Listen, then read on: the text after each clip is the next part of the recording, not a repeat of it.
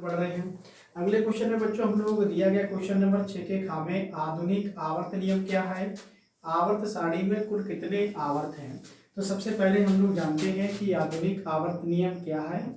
तो क्वेश्चन जो है हम लोग बच्चों ये है कि आधुनिक आवर्त नियम, सबसे पहले हम लोग आधुनिक आवर्त नियम के विषय में जानते हैं। तो बच्चों आपको बता दें कि आधुनिक आवर्त नियम के विषय में सबसे पहले जो बताया था ये मोजले ने दिया था, और ये किसका संशोधन रूप है, मेंडलीव के आवर्त नियम का संशोधित रूप है। मेंडलीव जो थे, मेंडलीव का आवर्त नियम, आवर्त नियम, मेंडलीव का जो आवर्त नियम था उस नियम का संशोधन रूप जो है ये आधुनिक आवर्त नियम है। तो बच्चों कह सकते हैं कि तत्वों के भौतिक एवं रासायनिक, तत्वों के भौतिक एवं रासायनिक गुण परमाणु क्रमांक के आवर्ती फलन होते हैं। ये बच्चों हमारा आधुनिक आवर्त नियम है कि तत्वों के भौतिक एवं रासायनिक गुण, तत्वों के भौतिक एवं रासायनिक गुण परमाणु भारों के आवर्ती फलन होते हैं। अब इसी नियम को यदि हम लोग मेंडलीव के अकॉर्डिंग ले जाएं तो वहां हम लोग बोलेंगे परमाणु भारों के आवर्ती फलन होते हैं। इतना बच्चों दोनों में चेंज होता है। अगर मेंडलीव का पूछा जाए तो हम लोग बोलेंगे तत्वों के भौतिक एवं रासायनिक गुण परमाणु भारों के आवर्ती फलन होते हैं, और आधुनिक आवर्त नियम में बोलेंगे तत्वों के भौतिक एवं रासायनिक गुण परमाणु क्रमांक के आवर्ती फलन होते हैं। इतना दोनों में अंतर है। आगे पूछा गया तो बच्चों की आवर्त सारणी में कुल कितने आवर्त हैं। तो आपको बता दूं कि आवर्त सारणी में आवर्तों की संख्या जो है वो 7 होती है, जबकि वर्गों की संख्या अगर पूछी जाए तो वर्ग हमारे होते हैं 18। आवर्त सारणी में जो हमारे होते हैं वो इस तरह से दिए गए होते हैं। ये हमारे बच्चों आवर्त हैं, जिसमें हम जिनको हम लोग कक्षा भी बोल सकते हैं, के, यल, यम, यन, ओ, पी और क्यू। कक्षाओं के आधार पर अगर हम लोग जाएंगे तो हमारा आवर्त जो होगा पहला, दूसरा, तीसरा, चौथा, पांचवा, छठा और सातवां, तो कुल मिला के आवर्त कितने हैं 7, और वर्ग कितने 18। अगर उपवर्ग की बात की जाए तो बच्चों हमारे उपवर्ग होते हैं 16 उपवर्ग होते हैं। उपवर्ग के विषय में भी हम आपको बता दें कि हमारे उपवर्ग कौन कौन से हैं, उनकी भी आपको जानकारी दे देते हैं कि उपवर्ग हमारे कितने हैं और उन्हें कैसे लिखेंगे। तो सबसे पहले हमारा फर्स्ट ए होता है बच्चों, फिर इसके बाद सेकेंड ए होता है। तो चलो हम लोग देख लेते हैं फर्स्ट ए सेकेंड ए कैसे लिखेंगे। तो बच्चों हमारा पहला है फर्स्ट ए, दूसरा होता है second A, second A second, first A first, दोनों में हमारी बच्चों होती है धातु में बच्चों हमारी 4 धातुएं हैं, और 4 धातुएं क्षारीय मृदा धातुएं भी इसमें उपस्थित होती है। इसके बाद बच्चों जो हमारा आगे शुरू होता है, इसके बाद वो आता है हमारा third V, fourth V, fifth we,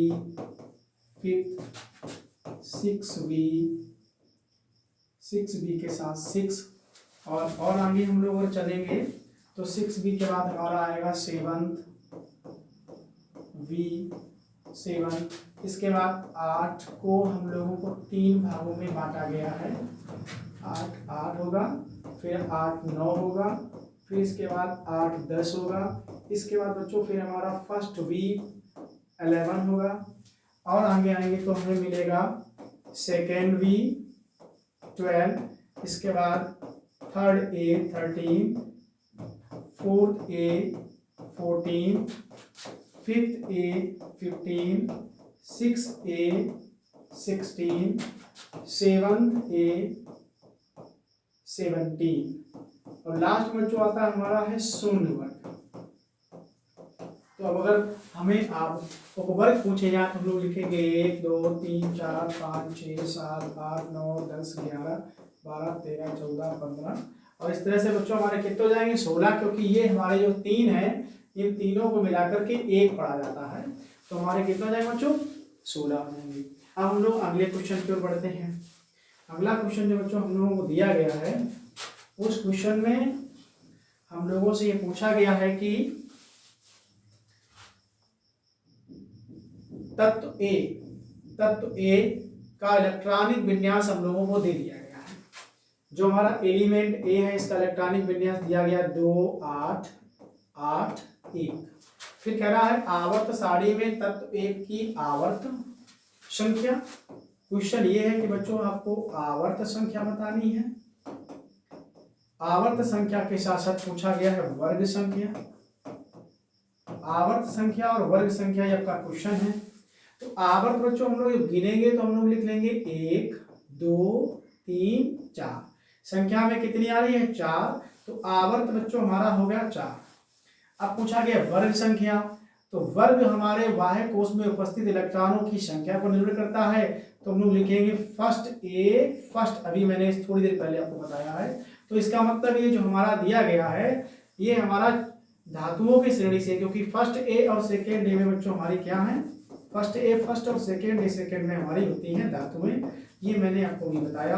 और धातुओं की श्रेणी में 4 धातुएं और क्षारीय गुदा धातुएं दोनों आती हैं। अगर इसका हम लोग इलेक्ट्रॉनिक विन्यास देखें तो 8 8 16 2 18 और 1 19।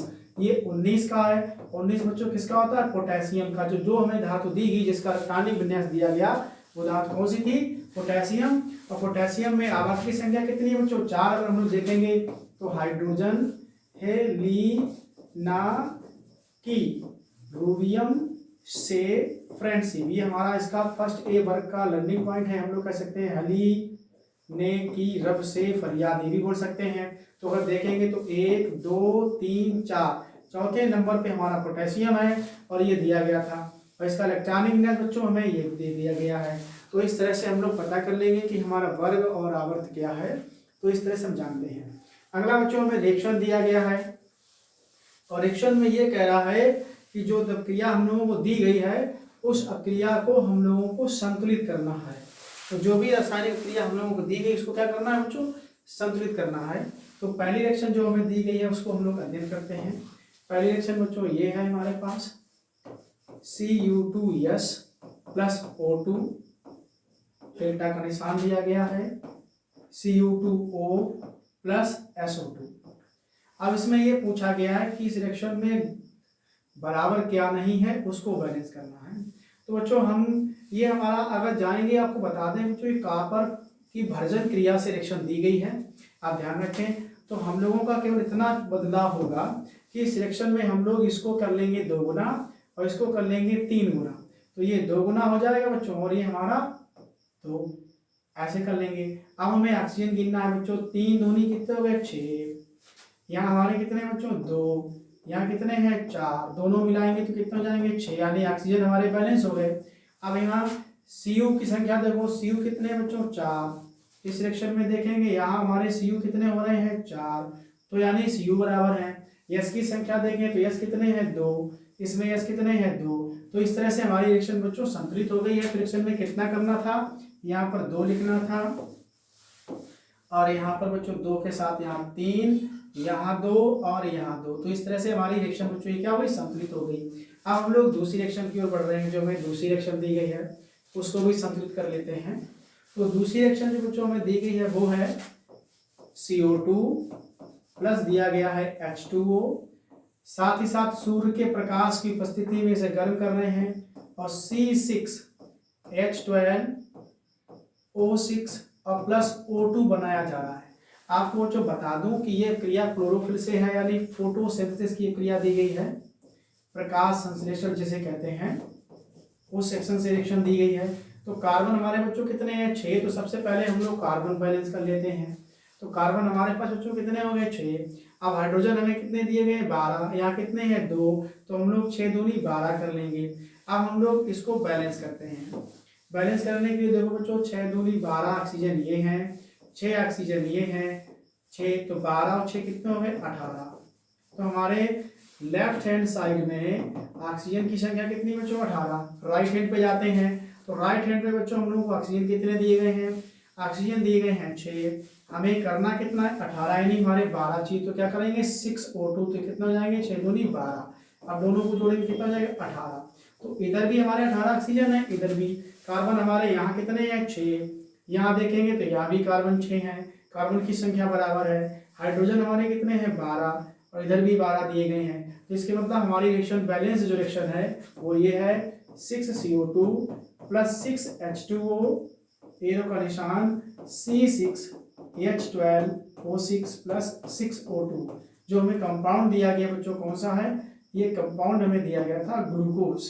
तो ग्लूकोज कब बनता है? जब पेड़ पौधे सूर्य के प्रकाश की उपस्थिति में क्लोरोफिल यानी पर्णहरित की सहायता से रिएक्शन करते हैं तो ग्लूकोज और ऑक्सीजन देते हैं, जो ऑक्सीजन गैस हम लोगों को प्राप्त होती है। तो फोटोसिंथेसिस की रिएक्शन दी थी। दूसरी पहली रिएक्शन किससे थी? कॉपर पायराइड से।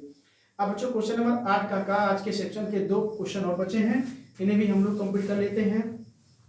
तो क्वेश्चन नंबर 8 के टॉपिक में हम लोगों को जो रिएक्शन दी गई है वो रिएक्शन ये है। इसमें पूछा जा रहा है क्वेश्चन में कि क्या होता है जब केवल, अब क्रिया लिखिए। आपको इसमें थ्योरी नहीं लिखनी है, केवल क्या देनी है? रिएक्शन देनी है। और उसमें कह रहा है कि सोडियम कार्बोनेट एसिटिक अम्ल के साथ अभिक्रिया करता है। तो सोडियम कार्बोनेट बच्चों क्या होता है? Na2CO3। अब क्रिया किससे कर रहा है? एसिटिक अम्ल के साथ। एसिटिक अम्ल क्या कर रहा है बच्चों? ये हमारा सिरा जो है ये हमारा कौन सा सिरा होता है? नेगेटिव।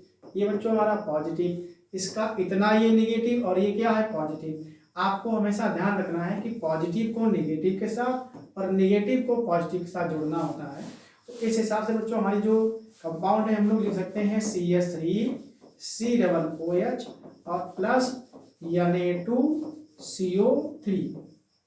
अब ये हमारा एसिटिक अम्ल का जो इतना हिस्सा है ये जुड़ेगा सोडियम के साथ, तो बनाएंगे CH3COON, यानी बन गया। अब प्लस बच्चों हम लोग क्या बनाएंगे? जो हमारा ये H है, H ऑक्सीजन के साथ जुड़ जाएगा तो बनाएगा H2O और बन जाएगा CO2। अब हमें रिएक्शन बैलेंस करनी पड़ेगी। यहाँ सोडियम 2 है, यहाँ सोडियम 1 है, तो 2 को बराबर करने के लिए क्या करेंगे बच्चों?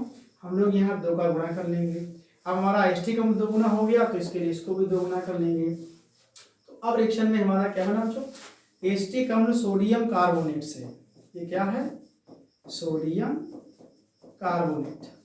तो एसिटिक अम्ल सोडियम कार्बोनेट से क्रिया करके सोडियम एसीटेट बनाता है। सोडियम एसीटेट बनाता है। ये बहुत ही इंपॉर्टेंट रिएक्शन है इस टॉपिक की, आप ध्यान रखें, परीक्षा में सबसे ज्यादा ये पूछी जाती है। तो इस तरह से हम लोगों ने पहले से पूरी कर ली है कि सोडियम कार्बोनेट एसिटिक अम्ल से क्रिया करके क्या बनाता है? Sodium acetate. अब हम लोग दूसरी रिएक्शन की ओर बढ़ रहे हैं। जो हमारी दूसरी रिएक्शन है उसमें ये बोला जा रहा है कि सोडियम हाइड्रोक्साइड एसिटिक अम्ल से क्रिया करता है। तो फिर हम लोग लिखेंगे एसिटिक अम्ल CH3COOH और सोडियम हाइड्रोक्साइड जोड़ेंगे NaOH। फिर वही बात कि ये हमारा नेगेटिव है, ये पॉजिटिव है, ये पॉजिटिव है और ये हिस्सा हमारा नेगेटिव है। तो क्या करेंगे? हम लोग पॉजिटिव नेगेटिव जोड़ेंगे तो CH3COO, ये हमारा कैसा है? नेगेटिव हिस्सा है। दूसरा हम लोग क्या लेंगे? पॉजिटिव। तो हमारा H कैसा बच्चों है? पॉजिटिव है। अब फिर हम लोग NaOH के साथ जाएंगे तो हम लोग NaOH लिख लेंगे। हालांकि आपको यहाँ एक्सप्लेन नहीं करना होता है पॉजिटिव नेगेटिव। तो ये वाला हिस्सा जो है इसके साथ जुड़ेगा तो लिखेंगे CH3COO और प्लस ये वाला हिस्सा इसके साथ जुड़ जाएगा तो बच्चों बन जाएगा H2O, यानी एसिटिक अम्ल सोडियम हाइड्रोक्साइड से क्रिया करके सोडियम एसीटेट बनाता है। फिर से हम लोगों को एसीटेट प्राप्त हुआ। तो आज के टॉपिक में बच्चों हम लोगों ने क्या किया है? एक इम्पॉर्टेंट सेट को कंप्लीट किया है। अगले टॉपिक में जब बच्चों हम लोग पढ़ेंगे तो इसके आगे की जो क्या होता है जब से संबंधित जितनी भी रिएक्शन होंगी उनको कंप्लीट करेंगे। आज के बच्चों इतना ही, धन्यवाद।